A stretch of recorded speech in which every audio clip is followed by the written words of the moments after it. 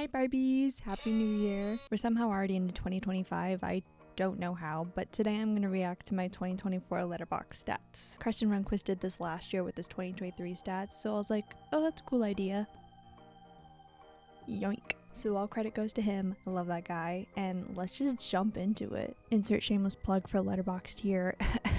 I haven't looked at this since like March or April, and I'm just gonna assume there's gonna be a lot of rewatches, a lot of things that I added to my watch list. It's probably gonna be a bit embarrassing, I don't know.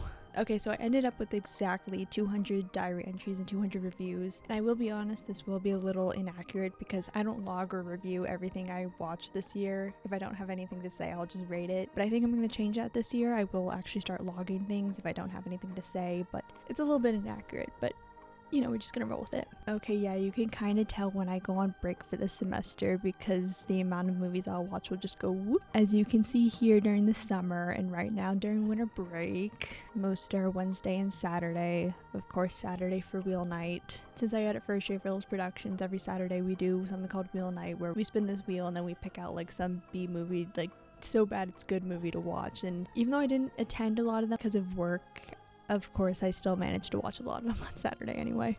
Oh boy. What a spread. Okay, 50th People's Joker, as it should. Very good movie that not a lot of people are talking about. And then 100th is freaking Ugwug. That was a wheel night movie that I chose. And if I distinctly remember, this was in between my first watch of Halloween and the 4K 70th anniversary theatrical re-release of Seven Samurai.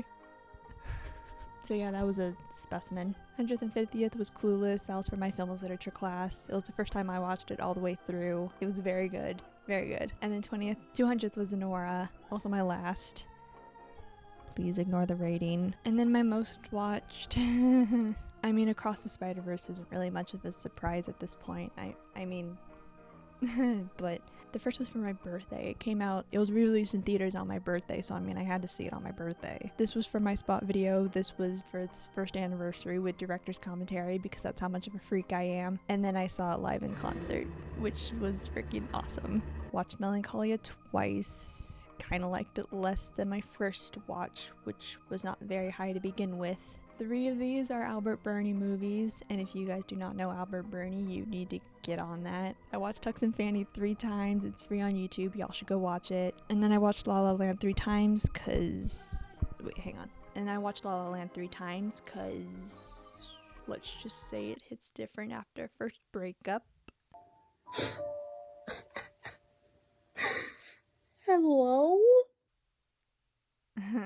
But on the bright side, I do have a much deeper appreciation for the movie and especially for the music. I went to the Griffith Observatory this year. It was my first time in years since I last gone, since I think the last time I went was before the movie even came out. I may or may not have gone with James, aka Schaefer's Productions, as well as his friend Jonathan. We had a blast. I really did have a lot of fun with this movie this year. I also saw it in concert, and not only was the composer Justin Hurwitz there, he was conducting the orchestra, and the orchestra that performed was the same one that was used for the soundtrack, which was really cool. And I found a Ryan Gosling character who was literally me because I also play piano, which, speaking of which,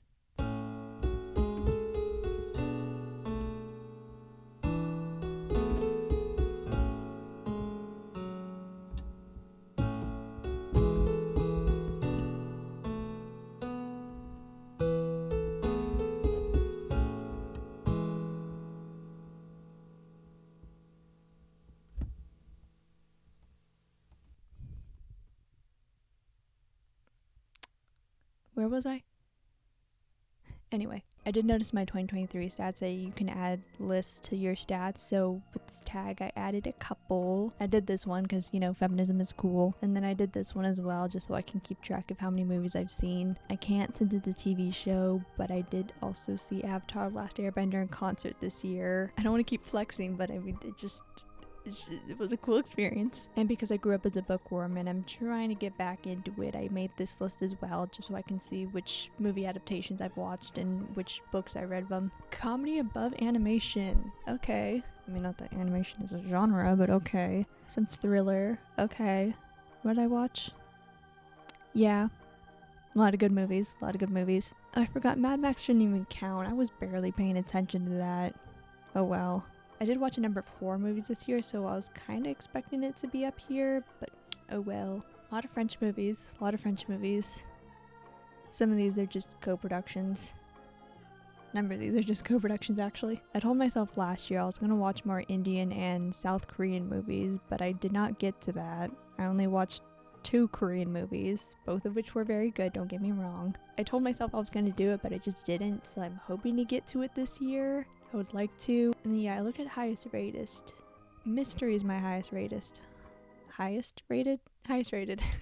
Well, okay, even if France topped Japan, I did watch more Japanese language movies, so I mean, that's cool. Okay, themes and nano genres. I don't pay too much attention to these because they're just super vague. They're just really vague, and a lot of movies just get clumped together, like kids in animation. 2 of these are not animated movies, but powerful stories of heartbreak and suffering. Yeah, that checks out. And then, like, what even is Voices Kids Toy? I mean, none of these are Toy Story movies. Why are they here? I mean, okay, twisted, dark, psychological thriller. Okay, yeah. Crime, drugs, and gangsters. What is in this one? Okay, yeah. And of course 3 of these are the Batman related, so I should not be surprised. It's so high. Okay, let's look at the breakdown. Oh boy. Keep adding movies to my watch list, but then I end up rewatching the movies I've already seen. Yeah. I mean, to be fair, it was for my top 30 best animated movies of the 2010 decade, which you've not seen, you should go watch it. But it was for that movie. It did give me a reason to watch a lot of my favorite animated movies. That's why it looks like this. 2024 movies, yeah. There just wasn't a lot of movies I was super excited about this year, or last year, I guess. But this year will change. I know that for sure. And this I definitely need to work on. Yikes. Okay, I did watch a lot of Kung Fu Panda stuff this year. Dustin Hoffman is number 1. Yeah, he was a Megalopolis. Oh, of course he was. And then David Cross, that's like, yeah, Megamind, also Kung Fu Panda stuff. Okay, Frank Oz, I did watch some Muppet stuff. And most of this is not Muppet stuff, okay. I forgot he's in Star Wars stuff. What did he do again? Right, he's always with Yoda. I forgot about that. Also, yes, I did watch some of the Star Wars movies for the first time. The first 3, the original trilogy, and then Phantom Menace, which... yeah. Ugh. Ryunosuke Miki, nice to see ya. Zendaya, okay. Michelle Yeoh, Mother of Mothers. Jason Schwartzman, Robert Pattinson. Oh my gosh, this is long. Oh my gosh. Sheesh. I never remembered it being this detailed. Oh my gosh. Okay, where's Ray Fiennes? There's Robin Williams.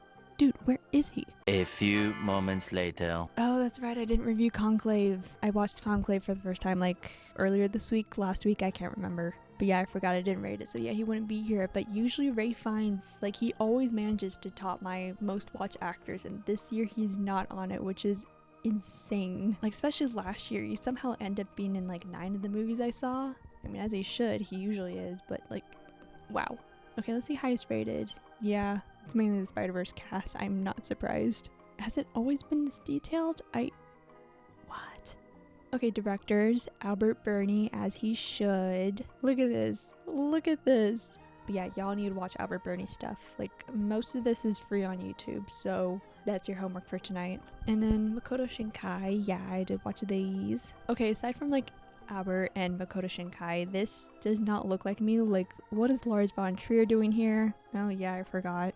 And then like Hitchcock, John Carpenter, Almodovar. I mean, a lot of these were for my film and literature class, and I am glad I watched their movies. They were good. Takashi Yamazaki, heck yeah. Right in between Jennifer Yuh Nelson and Ridley Scott, heck yeah. Okay, this is like crew and studio stuff, so let's see. Greg Fraser is my top cinematographer. Roger Deakins is not too far off. Where's composer? There we go. Hans Zimmer, of course. Michael Giacchino, heck yeah. Oh yeah, I forgot he did Muppets Wizard of Oz. Oh my. Right next to the Batman. Song, Steven Schwartz. Yeah, that looks very me. My top studio was DreamWorks Animation. Let's see who my highest rated composer is. Daniel Pemberton, heck yeah. And of course, it was just the Spider-Verse movies. Okay, most liked review was my one for Robot Dreams. In another life, I would have really liked just laying on a frozen beach and eating snowflakes with you. And then, oh boy. Highest average, Seven Samurai, as it should. Lowest average, The Last Airbender. Most popular, Parasite. Newest, the RRR documentary. Very good, y'all need to watch it. The oldest, Three Stooges short. The longest was The Penguin, as it should. Shortest was an Albert Burney short. And then most obscure was freaking Monkey. Oh, we're crying out loud. This was also on Wheel Night. My friends Hal and William, we looked up photos of monkeys with guns for some reason, and the image result was this poster that is obviously a monkey with a gun, and we watched it. Hoodie wants to put an end to vigilantism, but the sheeple, manipulated by a slimy salesman, are about to give a monkey a gun. I mean, it was kind of whatever. And then rated higher than average. I mean, some of these are already... A Ghost Story is literally almost... Like, that's literally a 3.8. Is that really... Come on. Kung Fu Panda Holiday. I can see that. I genuinely love that short. And then this is... yeah. Two of these things are not like the other. These three really were just not my thing. Sorry about that. And then these are my films watched in 2024. I do really like looking at the world map and seeing like which movies I could watch in which countries, like just to check it off the list. Did not watch any in Africa, did not watch any in South America. I did get a pretty good number of Europe. And then films I've yet to see. I think I'm gonna watch Memoir of a Snail tonight. And then Dan to Dan, I don't know. I heard good things about that. I need to watch Sing Sing. And then, yeah, I heard about I'm Still Here. I want to watch it as well. And I've never seen Haikyuu, so sorry about that. Highly rated with friends. Yeah, this isn't surprising. And I wanted to talk about this, but I didn't add it to my stats because I just uploaded the list yesterday. So let me do that right now. So James started this thing where like he ranks every non-2024 movie he watched for the first time. So these are mine. Even though I barely watched any Indian movies this year, I did watch Devdas. That was really good. That was my first Bollywood movie I watched in its entirety. 10 or so years ago, I watched this one on Netflix that I never finished, and I want to get to it someday, even though I heard it's not very good. But Devdas was really good, and I found out about it because of Polite Society, where a song in Polite Society is from Devdas.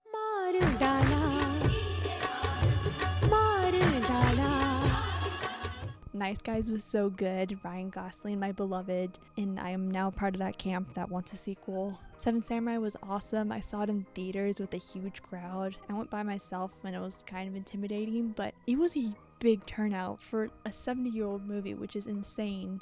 I mean, it was an art house theater, so it's kind of for that demographic like myself, but I was really surprised by just how funny it was. Like, I mean, it's a 3-hour movie from the 50s. Like, it's gonna be kind of intimidating, but yeah, I was really surprised by just how funny it was. And this was my second Akira Kurosawa movie. My first was Dreams, which I really liked and want to rewatch. That's another thing. I also want to get to more Kurosawa movies this year, so I hope I do that. Thelma and Louise was really good. Susan Sarandon, my beloved.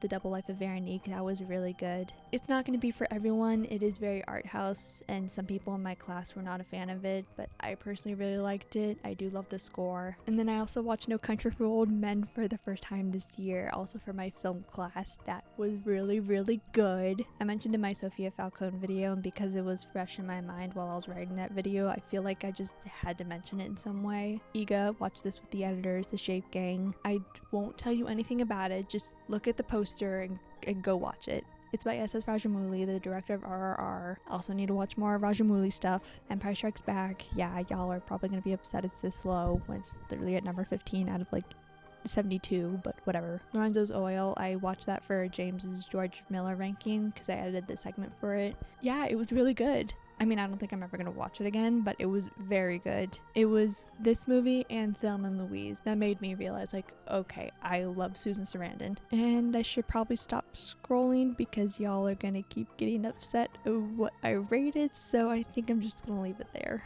So yeah, I just wanted to do a non-scripted on-camera video for once, just so I can get it out sooner. But I hope you enjoyed this little video. My next one will be the best of 2024, and I've already started working on the script, so I should probably have that out pretty soon, hopefully. So yeah, let me know what you watched, what were your first watches, what were your 2024 stats, what were your favorites, what was your least favorite, yada yada yada. And I'm looking forward to this year. I do have a video planned where I'll just say for next year the stats for Robert Pattinson should go all the way up I should see that by the end of this year. I'll just leave it at that. If you enjoyed this video, please comment, like, subscribe, and join my Patreon to support me, and I will see you later. Okay, bye!